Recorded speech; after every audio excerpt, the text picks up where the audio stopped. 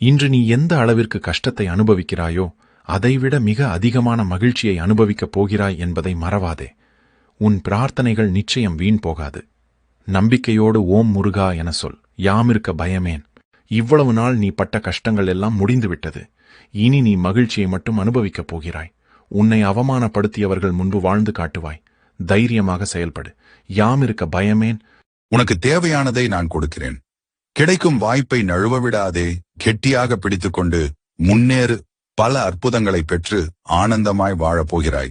உன் வீட்டில் நீ எதிர்பார்த்த சுப காரியம் நடக்கப் போகிறது. குடும்பத்துடன் சந்தோஷமாக வாழப்போகிறாய். என் ஆசி உனக்கு எப்போதும் உண்டு. யாமிருக்க பயமேன்.